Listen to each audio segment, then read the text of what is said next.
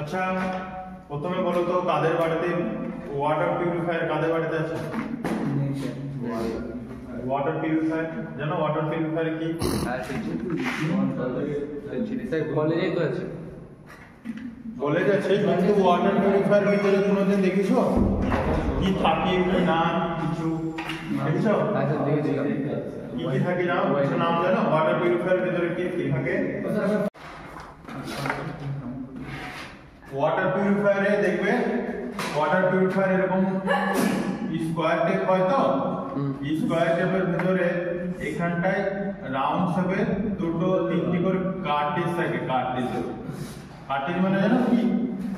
Cartridge sir C আদর লেগে আছে স্যার 24 এ। কার্টেজ জানো কি? কার্টেজ কার্টেজ হচ্ছে সেই ফিল্টারের ভিতরে দেখবে সাদা সাদা উলের মতো একটা টিস্যু পেপারের মতো দেওয়া থাকে। হ্যাঁ স্যার। কি করে ওগুলা? এটাকে আয়রন জলের আয়রনটা কনজিউম করে বা শোষণ করে নেয়। সেই জন্য ওটা কি করতে হয়? প্রত্যেক 3 মাস অন্তর অন্তর ওটাকে চেঞ্জ করতে হয়। স্যার ওগুলো যে পাথর থাকে সেগুলো কি বলে? একদম পাথর টাইপ ওগুলা কি আমি জানি না। ওগুলো আমার বাড়িতে আছে স্যার, আমরা সবগুলো ওখানে একটা দেখবে লাইলন টাইপের পাওয়া যায়। কাটে দেখছো লাইলন টাইপেরটা? ওটা অনেক এক্সপেন্সিভ। ওইটা টিস্যু টাইপের আছে না, ওটা অল্প দামে। আর যেটা লাইলন টাইপের পাওয়া যায় ওটা সবথেকে বেশি পরিশুদ্ধ করা হয়। যেখানটায় বিসলেরি কোম্পানি জল বিক্রি করে না, ওরা ওই লাইলন টাইপের কাটেজ ইউজ করে। কেন ইউজ করে?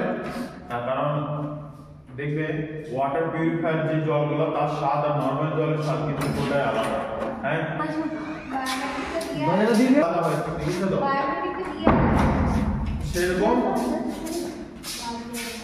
দেখো এখানটা দেখো আমাদের অ্যাসিটিলিন গ্যাস একটা কি গ্যাস ওয়েল্ডিং এর মূল উপাদান, যেটা ছাড়া আমাদের গ্যাস ওয়েল্ডিং হবেই না। ঠিক তো? অ্যাসিটিলিন ওয়েল্ডিং দেখো আমাদের বাজারে দুই রকমের ওয়েল্ডিং পাওয়া যায়। কি? একটা নরমাল প্রেসার বা লো প্রেসার আর একটা হাই প্রেসার। আমরা কোনটা ব্যবহার করি? এটা হচ্ছে আমরা হাই প্রেসার ব্যবহার করি। হাই প্রেসারে কি কাজ? তাহলে আমরা নরমালটা কেন ব্যবহার করি না, হাইটাই বা কেন ব্যবহার করি? মনে প্রশ্ন জাগতে পারে। ঠিক তো? লোটা ব্যবহার করলে কি হয় বলো তো? ওয়েল্ডিং ভালো হিট পাওয়া যায় না। আর হাই প্রেসারটা করলে ওয়েল্ডিং এর ভালো হিটটা পর্যাপ্ত পরিমাণে হিট পাওয়া যায়। আর লোতে করলে কি হয়? ব্লো হোল, পোরোসিটি এইসব টাইপের ডিফেক্টগুলো দেখা দেয়। কেউ বলতে পারো ব্লো হোলটা কি জিনিস আর পোরোসিটি কি জিনিস? ওইদিন করার পর যে মাঝে মাঝে ফুটো করা পোরোসিটি করবেন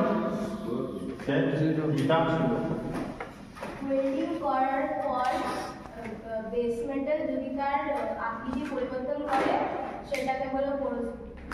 ওটা ডিসটরশন বলা হয়। পোরোসিটি বলেছিলাম দেখবে আমরা যখন বাড়িতে পায়েস রান্না করে দেখেছো তো, তারপর মাঝে মাঝে ফেটে উঠে না গরম হয়ে যাওয়ার পর?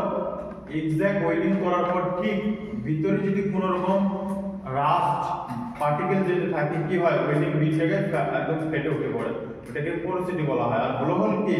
ব্লো হোল হচ্ছে ওই পোরোসিটি হয়ে যাওয়ার পরে যে হোলটা থাকে সেটাকে কি বলে? ব্লো হোল বলা হয়। বা যেখানটায় ওয়েল্ডিংটা হয় না সেটাকে ব্লো হোল বলা হয়। বুঝা গেল? সেরকম আমরা